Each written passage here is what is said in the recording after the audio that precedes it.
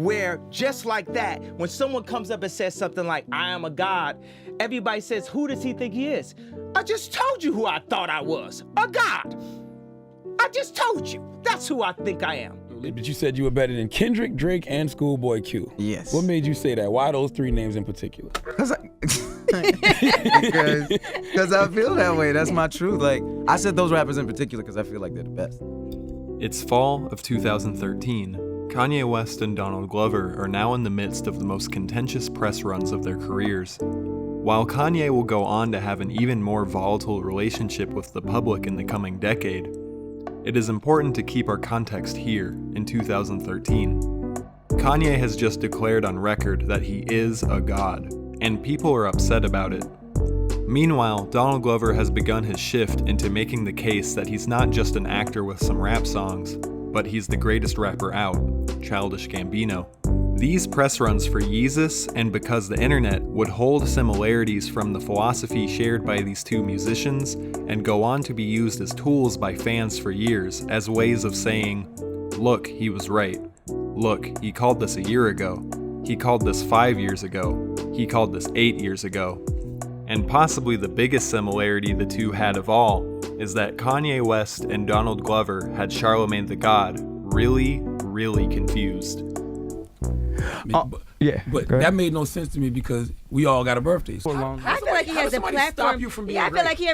And let's be clear, it's two white people up for a Grammy this year. Iggy Azalea and Childish Gambino.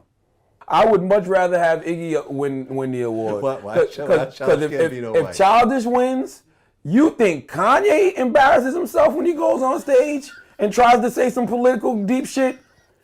Childish Gambino gonna go up there and you gonna be like, boy, you gonna say, I wish he was white. Y'all gonna be saying, hey, trade Childish for Iggy, please. This is something Kanye is all too familiar with, having his art and identity delegitimized throughout his career. As in his 2013 press run, possibly his biggest recurring themes of discussion were his cries of frustration of not being taken seriously in the fashion world, despite his 10,000 hours of dedication and qualification, as well as his plea for people to hold themselves to a high self-esteem unapologetically. Dave, this is the reason why I did this, because creatives have got beat up my entire life. And there's moments where I stood up to drug dealers in Chicago and said, you can't have my publishing, come and kill me. Do whatever you're gonna do, but you're not going to bully me. You're not gonna just stop me because my mother made me believe in myself. No matter how many people tell me, stop believing in yourself. Stop saying what you can do. Stop affirming what you're gonna do and then completing that in real life. That's the improper way to do it. I refuse to follow those rules that society has set up in the way that they control people with low self-esteem. Coming from a not-so-respected freshman album, a comedy special, and a successful recurring role on an NBC comedy, it was clear Donald Glover was undergoing a transformation as well. One we wouldn't fully understand for a few months after this October interview, until the December release of his most lauded album, Because the Internet. All of these moments crescendoed into one talking point that's been on my mind for 8 years since I heard it as a high school senior. This one moment not only laid the path for Donald Glover's career, but has helped contextualize the complex philosophy of Kanye West. So why do you call yourself the son of Kanye, man? Because I am. Like, I didn't know Northwest had a brother. I can go where Kanye can't. Like Kanye talks about the glass wall, and he's right, man. It sucks. He's a genius to me. I think he can do amazing things for humans, and they won't let him. I am the son of Kanye. Comparing yourself to the biggest artist in the world 2 months before your sophomore release is a bold statement. Almost as bold a statement as, I am a god. To break down this statement and the truth I believe it holds, we must first lay a foundation of what Kanye's achievements are and the struggles he still wishes to overcome, and how these successes have allowed someone like Gambino to arise from the new generation and carry the torch past Kanye's glass ceiling. The story of Kanye West is one of judgment from others casting doubt, believing in yourself, and defying expectations time and time again. In other words, Kanye does not want to be kept in a box. I mean, like, I always thought he was a genius. I love Kanye. I think he's like the best. Not even just like on music level, because I try not to just be like he's a musician or like he's a rapper or like that, because I think that holds people back. I think he's one of like a prophet. When Kanye wanted to be a producer, he had to get someone to fuck with his beats. Once he became a producer, he had to jump on the table and declare, I can be a rapper too. At the time, this was much less of a commonality by today's standards, where it's more difficult to believe someone making beats would have such a difficult time being viewed as a rapper. People may think, isn't talent just talent? These are preconceptions that had to be knocked down by someone, knocked down by Kanye. Once Kanye was finally accepted as the new hottest rapper, people told him, you can't be a fashion designer too. You still don't have a release date for What's the date of the Yeezys? That's what people want to know. You know what Nike told me? You know what Nike told me when I asked them? What's that? We're not sure. That's what they told me. I thought you controlled it. I guess. That's my whole point. All right, I get it. That's my whole point. That's what I'm trying to. They be sunning me. The truth is, Kanye West would not be who he was at any of the points in his career if it were not for him believing in himself. Because if he didn't, no one would. As for Donald Glover, it was clear from his royalty mixtape that while there were some people from the rap world that respected him, in 2013, there was still not much of a pop ethos around him. It was likely he was not on Kanye's radar at the time. In 2013, Childish Gambino wasn't exactly the horse you'd place a bet on. But in hindsight, he was exactly who everyone should have had their chips placed on. Similar to Kanye's peer-defying, multi-talented career based around redefining himself time and time again, by 2013, Donald Glover had already been a YouTube comedy star, a sitcom writer, a lead actor in a comedy, a stand-up comedian with a network one-hour special. He had created a feature film accepted by Sundance Film Festival, and he was a rapper and DJ with 13 mixtapes and 1 studio album under his belt. Donald Glover was putting in the work. In 2021, Childish Gambino is a household name who is respected as both a rapper and an R&B singer. He has headlined Coachella, created an Emmy award-winning show, won a Grammy for Best Record of the Year, and has even become the symbol of kids' childhoods as Simba and Lando Calrissian. And apparently, it's only going to be up from here. And possibly, most prominently, he grabbed America by the neck with his 2018 single, This Is America, a music video with 750 million views. A video he dropped while in the middle of hosting Saturday Night Live as the host and musical guest of the same show. As a senior in high school, this 2013 era of Kanye and Gambino taught me a lot about the world, from self-esteem to racism and classism.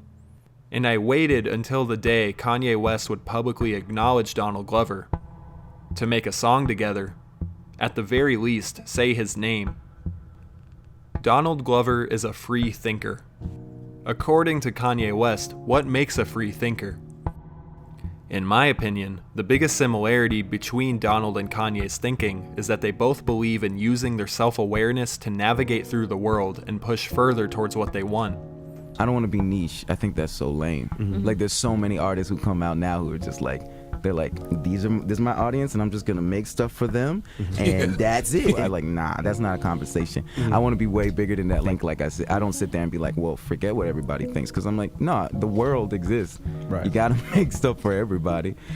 While Kanye was frustrated he was putting in all the time and dedication in the world he needed to be qualified in the world of fashion, the cultural zeitgeist and corporate world around him didn't let him through the gates.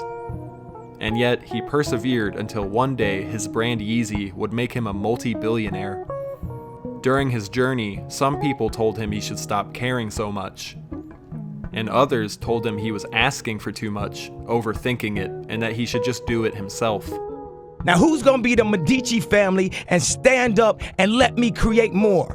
Or do you wanna marginalize me till I'm out of my moment? Or why don't you empower yourself and don't need them and do it yourself? How, Sway? Take a few steps back to go. You ain't got the answers, man. You ain't got the answers. Kanye being self-aware about his talent made him believe everyone was wrong, and it shouldn't be so difficult for him to get co-signed, to be invested in.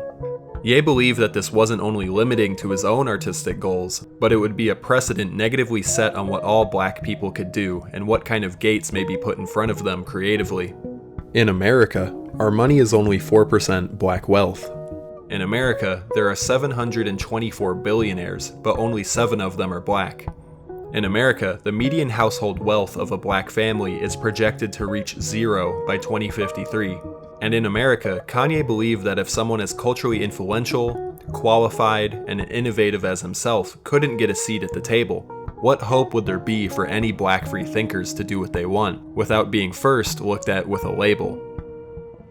It's no one saying that to these to kids that look like me, or to anyone that looks like me. We've had this conversation just wanting to snowboard when I was 12, but someone saying, oh, that's white people shit. Black people don't do that. Yeah. No, you don't do that. Don't put a damper on me and tell me what I can and can't be just because of the way everyone else was. That's my same color. Guys, especially black guys, in so many like boxes. I know niggas scared to try on different jeans. To be like when I'm out on the street and I'm trying to get a taxi, I want people to come up and be like, "Aren't you Donald Glover?" And it's like, "Yeah." And it's like, "Why are you out here?" I can't get a taxi. I want people to know. To see. But if I was white, they'd be like, "Oh, he's Probably from got Brooklyn." money. Yeah. Like he's from Brooklyn. Oh, skateboarder he just from bought Brooklyn. something in Williamsburg. What a nice guy. But like, it's just perception. Everything's a package. Donald's experience has been that as a black person, he is always looked at as a type of person with set expectations placed by those around him. He never gets to exist with a blank slate when he meets people. You know, not having people label you and put you in those boxes. Even though you are a black male, can't you just say to yourself, I'm just a human being? Or a spiritual being? I say that to myself all the time. I definitely see myself that way, but like, it really isn't about about how I see myself. I mean, like, I know I'm very centered about that kind of thing, but like, I live in the world. Right. Like, it's like and it doesn't automatically matter people are going to look at you and look at me different. Like, I'm judge. not anybody who's just being like, I am who I am and that's all that matters, is like, man, then you can't be progressing. Can't leave the house. Yeah. But then who are you really though? When Charlemagne called Because of the Internet a white rapper's album, he was pigeonholing Donald's artistic expression as a black artist. As a black male, if you like anything that's not like considered like quote unquote like street or hood, like someone's like, what's wrong? Right. I was getting picked on already, and so, like where I was. For what? For being like just people just call. I was just a weird black. Not even a black. Like if I was white, it would have been fine. Yeah. But I was black and liked corn. Yeah. So kids just like picked on me. It was Really? weird. Yeah. And let's be clear, it's 2 white people up for a Grammy this year. Iggy Azalea and Childish Gambino. Can't you just say to yourself, I'm just a human being? At the time, many viewed him as a rapper for white hipsters. Many thought of him as an LA comedian or a New York writer. In his stand-up, he expresses that as a black kid, there were pressures to act a certain way. Because I'm a black nerd, and that was illegal until like 2003. Like, I remember I was like the only black kid at my school for a while. Like, I remember I went to a white school, and I was like, oh, I don't really like rap music. I really enjoy the soulful stylings of the Cranberries. And they were like, nah, man, you like sneakers, and you like rap music, and you go tell us which one you like. I was like, oh, you're hurting me, Steven, you know? But the truth is, Donald wasn't a white LA comedian. He was a black man raised in Atlanta who just happened to have a certain set of interests. And he wanted to use these interests to forge many different artistic goals and careers. But at the time, all anyone saw him as was Donald Glover, the comedian with a whack rap album for white kids. The only way to break out of this mold was to continue to defy expectations by staying true to himself and doing things people thought he wasn't capable of, constantly redefining himself. People thought he was only a comedian, he showed them he's great at rapping. People thought he was only a rapper, he showed off he was great at singing. People think he's just a musician, he reminds them how good he is at writing. Donald claims that leaving a well-paying network TV show to become a rapper would be the worst idea ever. Like I've never, like every rapper I talk to is like, oh, I want to do this, I want to do that. Like they're usually artists who want to do a bunch of stuff. You know, like I don't think any rapper wants to be just a rapper. Like, exactly what I did in music, I want to apply to product, I want to apply to education. This is what my company Donda is about. You gonna see I'm better than Ralph Lauren. You gonna see I'ma be bigger than H&M, bigger than Louis Vuitton. And you do realize that's not why we love you. We love you because of the music, bro. You gave us that feeling with albums like College Dropout, Graduation, Late Registration. We don't care about your designing sneakers and clothes and all that. That means nothing to us. Yeah, no, Yeezus do mean something to the Yeezus culture. Not more than the music. Wait, so you don't... Angela Yee explains to Kanye and Charlemagne that after seeing the Yeezus live performance, she was able to understand and appreciate the album to a higher degree, appreciate it as higher art, an entire world that you enter into, and not just an album you listen to and forget. Similarly, Donald explains that he doesn't want to create albums, he wants to build worlds. Because when you just make an album, kids will listen to it, forget, and move on, because of the fast pace of the internet, and you need to make something for people to latch onto for a while. 2 months later, Donald would release one of the most extensively extraneous albums ever with Because the Internet, a project that exists as a hip-hop album paired with an accompanying fictional screenplay, 2 short films that serve as a prologue, as a live tour that served as performance art, which was accompanied by its own app for the audience to use and interact with the show. There was a video game trailer, as well as a slew of music videos with a continuous storyline, and even a follow-up EP, all of which culminating together to tell a story and reflect our current society back to us, and have a conversation about our new technological internet age and the implications of living online. So looking back, why did Donald Glover have the confidence to say he was the best rapper out in this interview? That's why. He knew what he was sitting on. He knew what people were about to see. Donald believes that he is the best rapper out because he is making exactly what he wants to make. In other words, he is living up to his own artistic aspirations. And if Kendrick Lamar and Schoolboy Q are living up to their aspirations, in his opinion, they should think they're the best rappers too. I'm the best rapper, definitely top 5. If some are rapping, think they want they fucking not alive. I cut their head off. That's every rapper living. That's Kendrick, that's Drake, that's Schoolboy, that's everyone. I don't give a fuck. I fucking kill you niggas. I fucking kill you niggas. These niggas think I'm bigger. If this is sounding familiar at all, let me remind you of this. But you're not going to bully me. You're not going to stop me because my mother made me believe in myself. No matter how many people tell me, stop believing in yourself. They wanted to take away the stigma of being your own biggest fan, of loving yourself. And yet, in an even more nuanced moment, I find it interesting to examine how Donald handled the boasting of another rapper. What do you think of the Control verse? Oh, the Control verse? I thought it was really good. I thought it was dope verse. Like, but I didn't think there was any real beef in it. Yeah. Like, it was weird. Like, I just saw the way that people reacted, and they're like, he's going at everybody. This is like, Yeah. it's not real beef. Like, no one died. Like, like not like I you know, I think Kendrick is the best lyricist right now, honestly. So, but yeah, I didn't see what everybody saw about like being like, oh, he's going after. But I guess that's a headline. I think people are smart enough to know like that's a headline that people click on as opposed to like being like he's going at everybody. We're kind of relying on you guys to be smarter now. We're kind of relying on you to be smarter now. How often do we have artists or corporate executives relying on audiences to be smarter? For Donald, that means not falling prey to obvious clickbait headlines and being more willing to dive deep into a world like Because the Internet, to spend time and critical thought with an art piece. For Kanye, that means believing in his vision and letting him make something different like Yeezus. In its opening track, the album starts with the most aggressive way possible, on site. Until there is one moment where Kanye shows us he knows what he's doing and he could make exactly the album we want.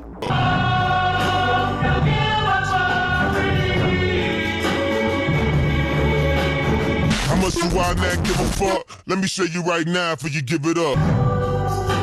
It may not be what we want. Instead, what Kanye is doing is showing us he wants to give us what we need, something new, and not what we want, something familiar. Kanye and Donald are expecting us to be smarter now, While Yeezus functioned as a rebellious protest album, abrasively throwing our expectations for Kanye back in our face, and calling out the control that corporations and products have on us. Because the internet served more as an intimate invitation into Donald's introspective existential world, as a way of saying that maybe we all feel that way too. Maybe, if we were more honest, we would learn from each other and not feel so alone. And did you hear the laughter he got talking with a crowd?